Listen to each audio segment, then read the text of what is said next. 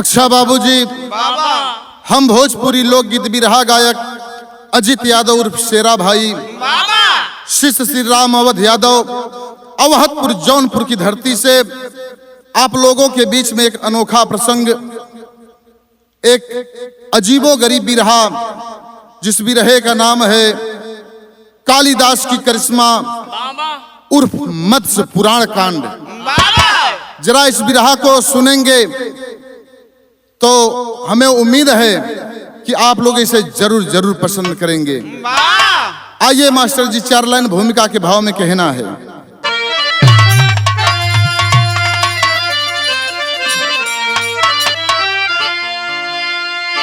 महाकवि शिरोमणि कला काव्य के कालिदास अलौकिक कहाए हैं कविवर,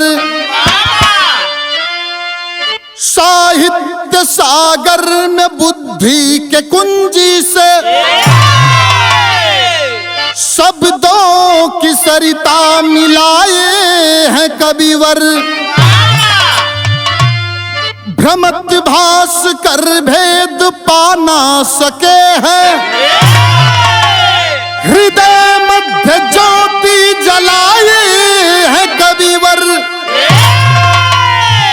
अकथ्यो यवर्ण्य अलौकिक जहां में अजब रोशनी को दिखाए हैं कविवर।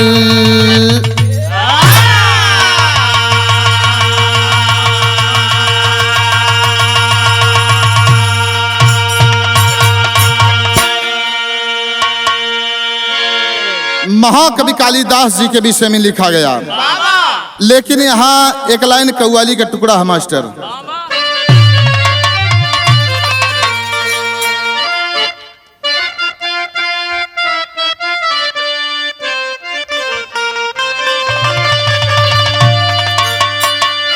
अरे उठो मुसलमान नमाज पढ़ लो,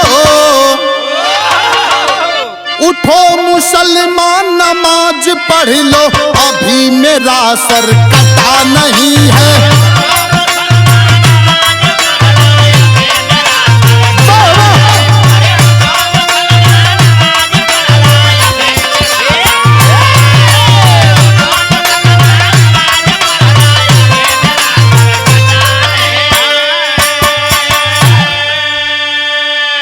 अरे उठो मुसलमान नमाज पढ़ लो, अभी मेरा सर कटा नहीं है।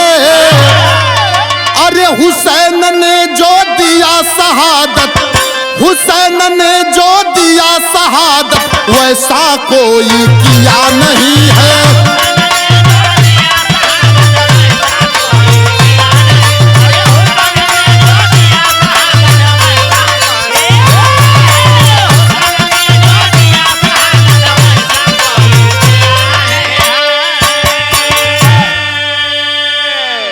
लेकिन महाकवि कालिदास जी के विषय में लिखा गया, कहना है,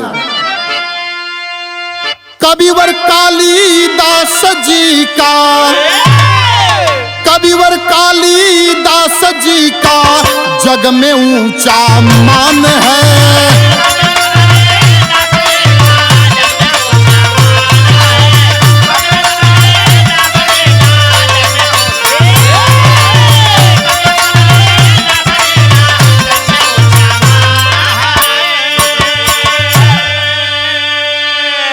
कविवर कालिदास जी का अरे जग में ऊंचा मान है। शुद्ध भाषा और शैली, शुद्ध भाषा और शैली का बना विधान है।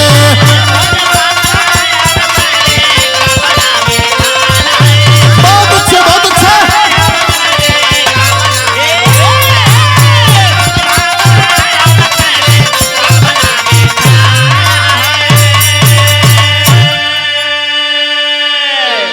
यहीं से कहानी की शुरुआत होते है मास्टर भैया। नजम के भाव में कहना है,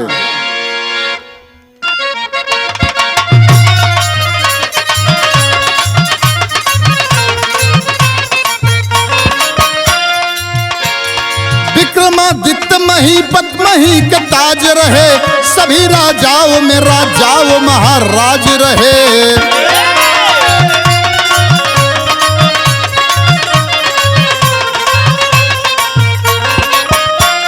सिंहासन में विक्रमवती शिवना यंत्र रहा, नाचते बतियाते गाते सुशोभित तंत्र रहा।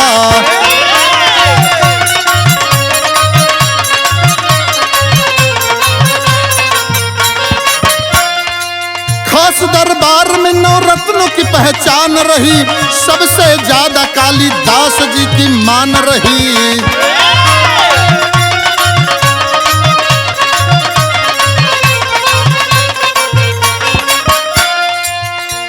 सदैव भूप अपने पास में बिठाते थे, सभी दरबारी खार कविवर जी से खाते थे।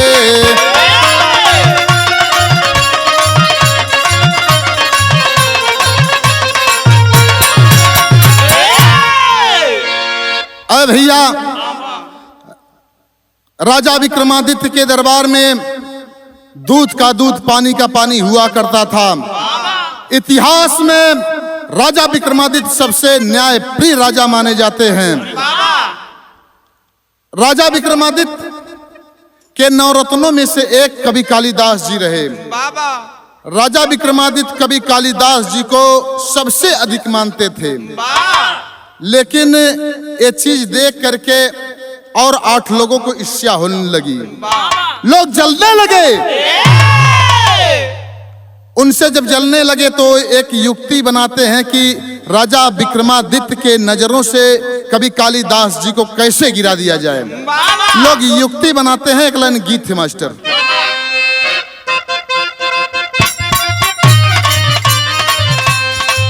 सैया मिलल बडाराई बट्टा चलाई गाड़ी रे,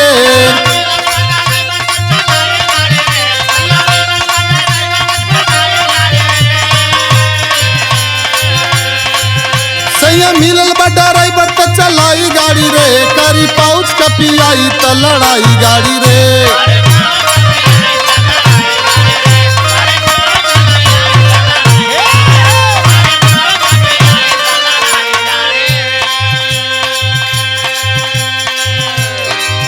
लेकिन भाव में कहना है, आज 8 लोग करते हैं क्या? 8 लोग मिलके गोल एक बनावे लगल।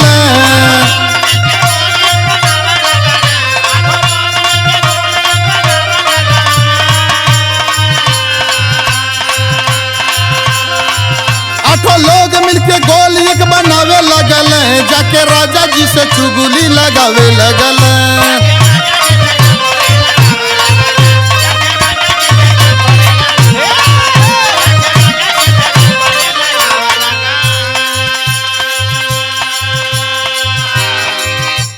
महापंडित ज्ञानी कालिदास जी का हाल है,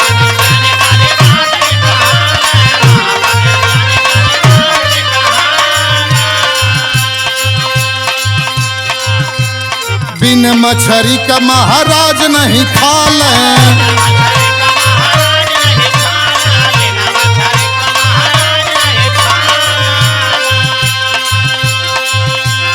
नमक मिर्च एक में मिलावे लगल।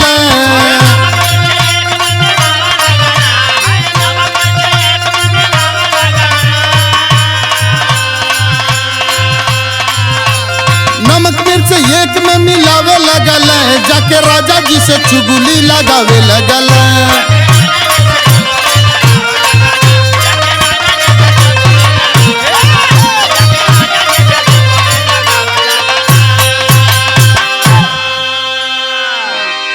लोग जाते हैं राजा विक्रमादित्य के पास, कहते हैं महाराज, महाकवि कालिदास जी ब्राह्मण होते हुए मछली का सेवन करते हैं, मछली खाते हैं। जब इतनी बात राजा विक्रमादित्य सुनते हैं, कहते हैं कि बात उसी में कहना है क्या भैया?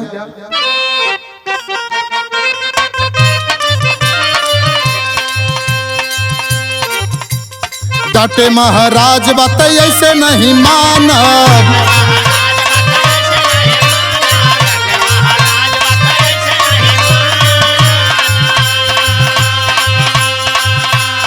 अखिया से देख सत्य सत्य जब जानब।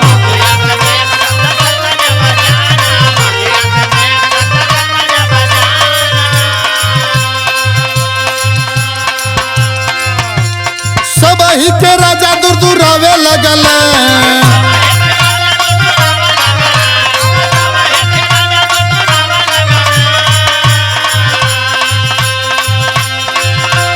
सब ही के राजा दूर दूर आवे लगल, जाके राजा जी से चुगली लगावे लगल।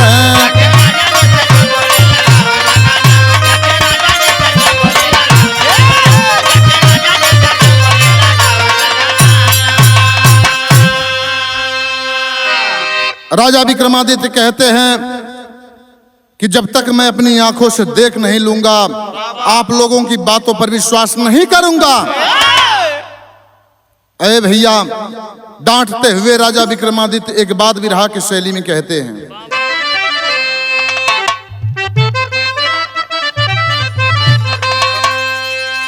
कि अरे मोरे राम,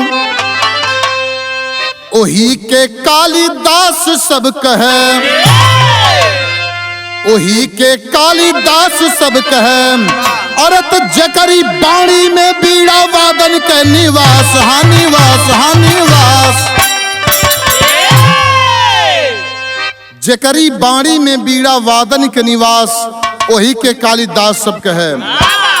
तो सचमुच काव्य कला के माहिर, सचमुच काव्य कला के माहिर रहे श्रेष्ठतम कालिदास। संरचना की सुंदर शैली संस्कृत में किए प्रकाश।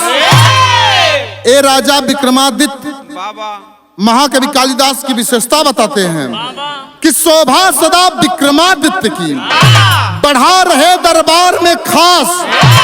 सही समय और सही राय से राजन के तब बढ़े हुलास। राजा विक्रमादित्य कहते हैं उनकी ये विशेषता है, और ये बात लोग भी कहते हैं कि राजा विक्रमादित्य के दरबार की शोभा महाकवि कालिदास से होती है। जब इतनी बात लोग सुनते हैं तो शांत हो जाते हैं, लेकिन होनी बड़ी प्रबल होती है, ये होकर ही रहती है। और जो सत्य है वो एक दिन सामने आ ही जाता है। होता है क्या, एक लाइन गीत है मास्टर।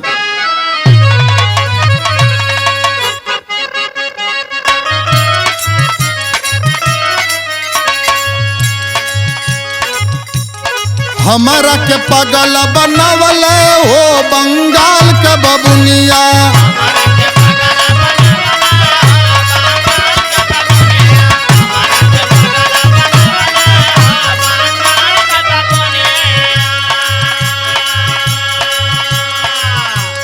रहिया चलत जब ले अंगड़ाई,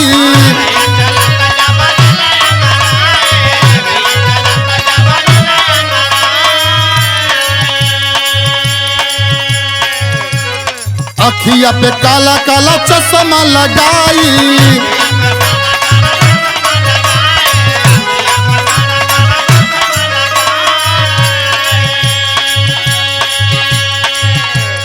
हमारो जिया डहकवल हो बंगाल का बबुनिया।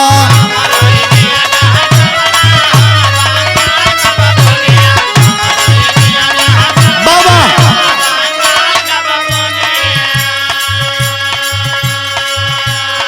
लेकिन एक दिन भोरे ही भोरे कवि जी बाजार में जब जाते हैं तो होता है क्या, होई गईल जब भोर हरिया हो कभी गईल बजरिया।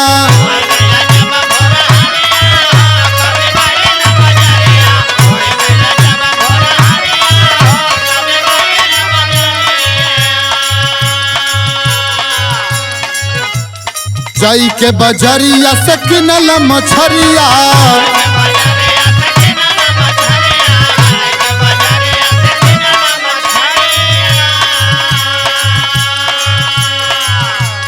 देहल जनाए सब निप के खबरिया।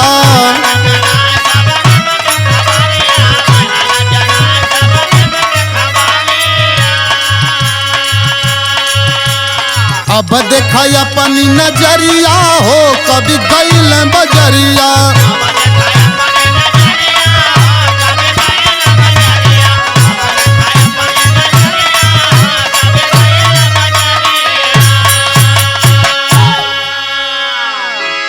जब भोरे भोरे कवि जी बाजार में जाते हैं मछली खरीदने के लिए, तो इधर आठों लोग राजा के पास पहुंचते हैं, आवाज देते हैं, कहते हैं कि राजन, आप हम लोगों के बातों पर यकीन नहीं कर रहे थे ना, आज कालिदास जी बाजार में पहुंच चुके हैं मछली खरीदने के लिए, जाकर के अपनी आंखों से देख लीजिए। तब राजा विक्रमादित्य करते हैं क्या उसी में, झटपट भूप किए वहां का पयनवा,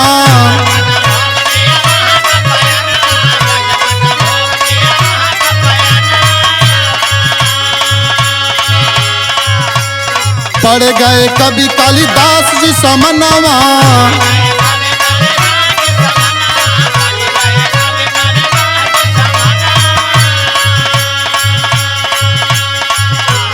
पूछ पड़े भूप ते ही घरिया हो, कभी गईल बजरिया,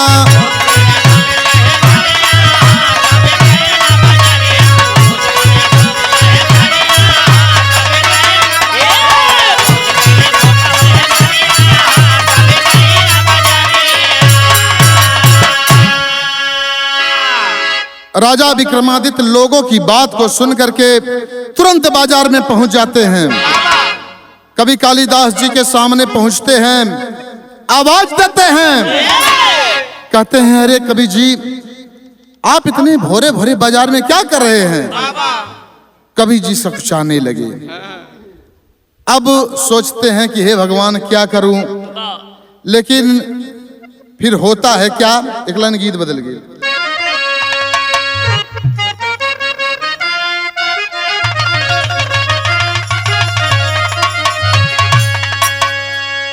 ये कुल गीत हर जिला में गावल जाले। माता बहन लोग अक्सर पीड़िया उड़िया के अवसर पर ये गीत की गावली। कैसे गावली भैया? कि नीचे नरिया रवा कबारी, अरे नीचे नरिया रवा कबारी, ऊपरी श्याम गेना लगईदा,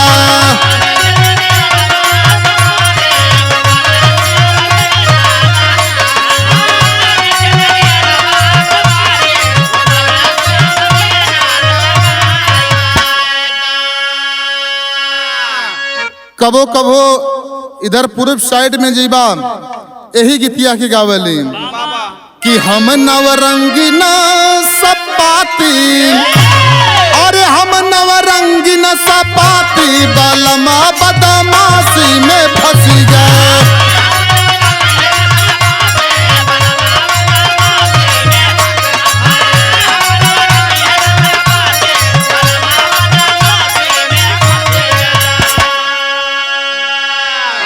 इधर जब राजा विक्रमादित्य पूछते हैं तो कवि जी की हालत क्या है, कहना है, कविवर के आवे न बतिया, अरे कविवर के आवे न बतिया, की घात कई दहल संहतिया,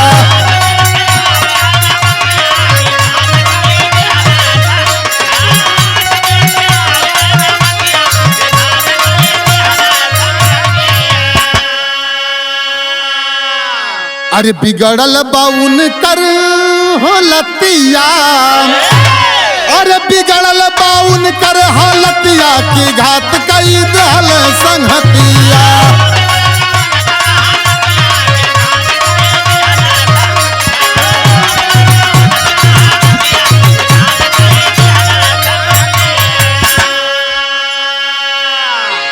कवि जी परेशान हो गए, सोचते हैं क्या अंतरा के भाव में कहना है।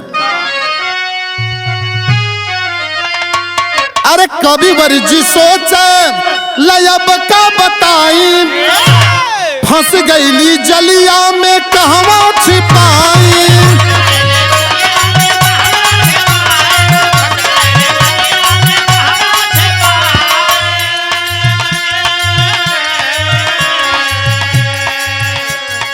कहले पुराण के हिम्मतिया, और कहले पुराण के हिम्मतिया, की घात कई दहल संहतिया,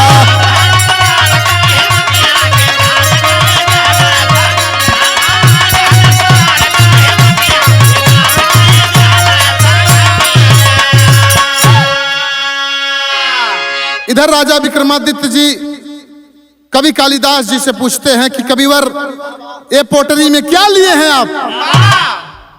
महाकवि कालिदास जी कहते हैं, साहब ये पुराण है।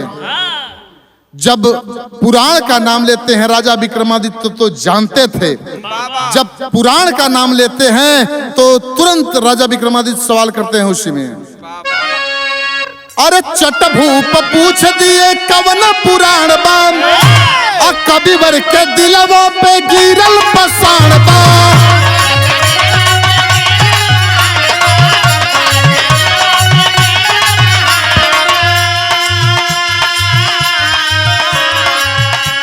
शारद माँ कैली मदतिया, शारद माँ कैली मदतिया की घात कई देहल संगतिया।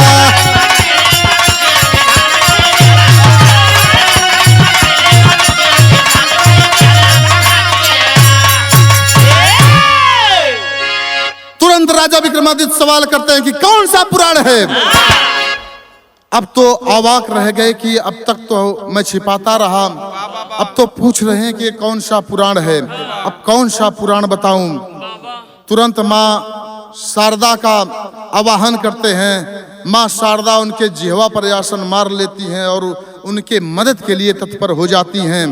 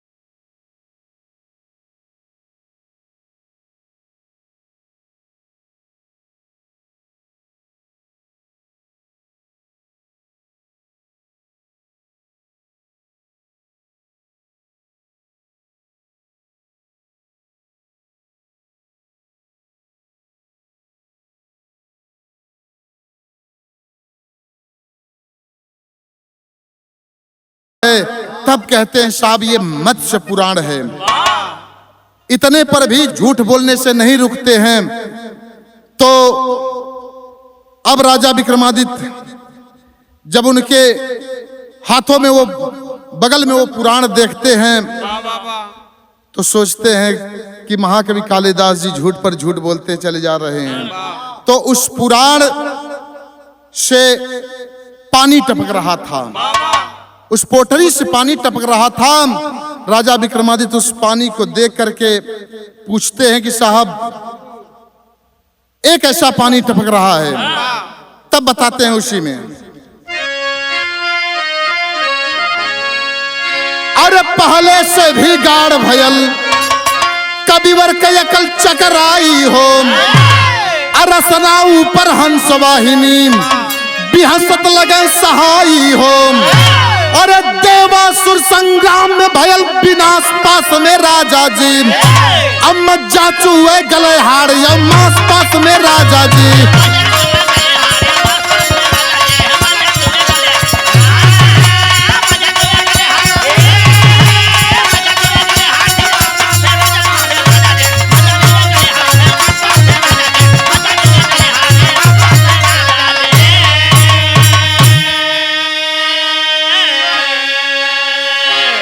इधर पोटरी से पानी की धार तेज होती गई। तब राजा विक्रमादित्य पूछते हैं कि साहब ये कैसा पुराण है कि इससे पानी टपक रहा है। तब महाकवि कालिदास जी कहते हैं कि साहब ये मत्स्य पुराण है और ये उस वक्त का पुराण है जिस वक्त देवासुर संग्राम हुआ था। उसमें जितने देव और दानव मरे थे उन्हीं लोगों का हाड़ या मांस मज्जा के रूप में टपक रहा है।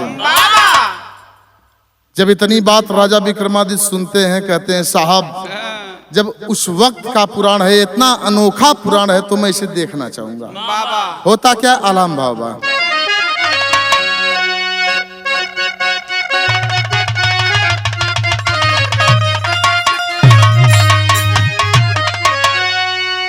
अरे धनुषा से निकल तीरा वापस नहीं हो लय भैया।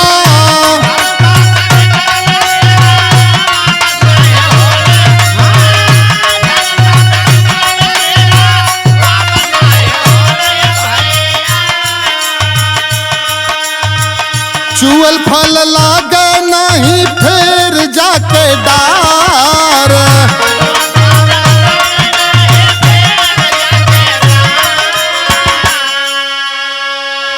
अरे मुहवा से निकल बतिया वापस वैसे नहीं हुई है।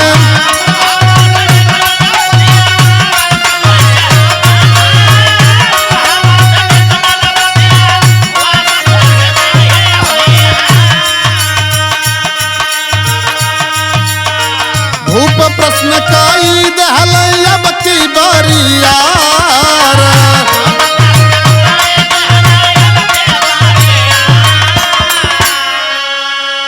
अरे तनी सा दिखादा कविवर मत सा पुरनवा हमके।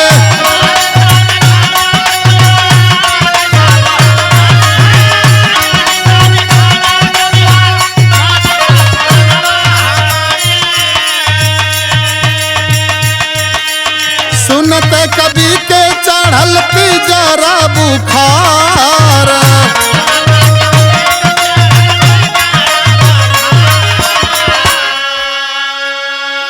अरे चटमाई सारा दाका कैल सुमिरनवा भैया।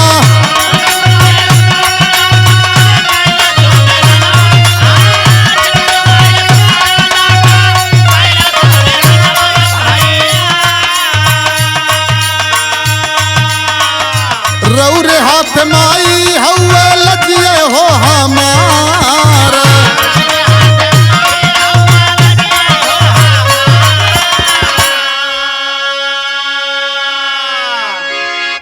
इधर जब राजा विक्रमादित्य सवाल करते हैं कि ये कैसा पुराण है, हमें दिखा दीजिए। जब इतनी बात सुनते हैं महाकवि कालिदास जी अवाक रह जाते हैं कि अब तक तो गलीमत था कि केवल पूछते रहे, अब तो ये देखने की बात करते हैं। अब मैं क्या करूं माँ। उस माँ हंसवाहिनी का आवाहन करते हैं और तुरंत करते हैं क्या, सदर में भावा।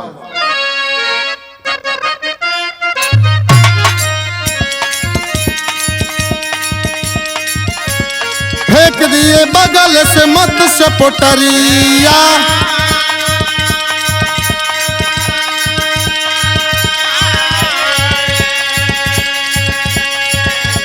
फर फर पन्ना उड़ल कई हजार।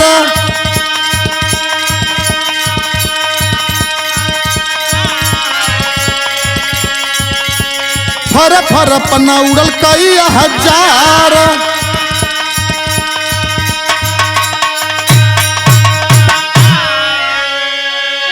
अरे दंग होई गईल भूप लखतई हलतिया। और कबीवर के धाइल हल भरी अखबार बोला।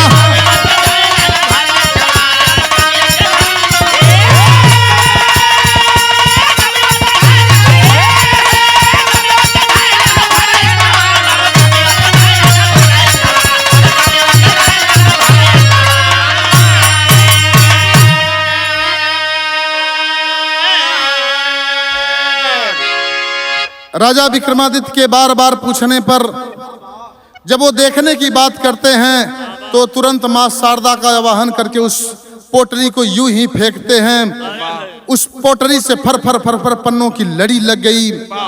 राजा विक्रमादित्य जब ये देखते हैं तो अवाक रह जाते हैं। और तुरंत करते हैं क्या खड़ी में कहना है।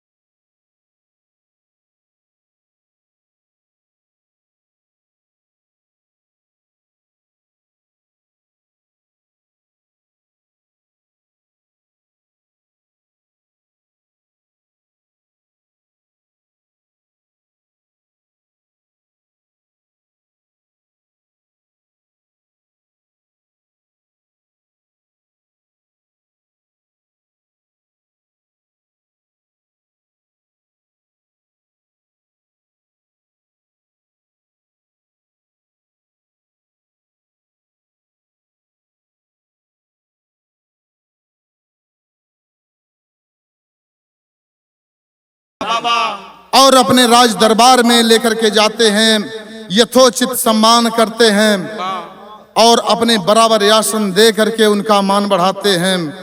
तो आखिरी लाइन में कहना है परिचय। गुरु बिहारी गुरुपत्तू जी कहते राम आधार, पति राम मच गया कभी का और नगर में हाहाकार हो।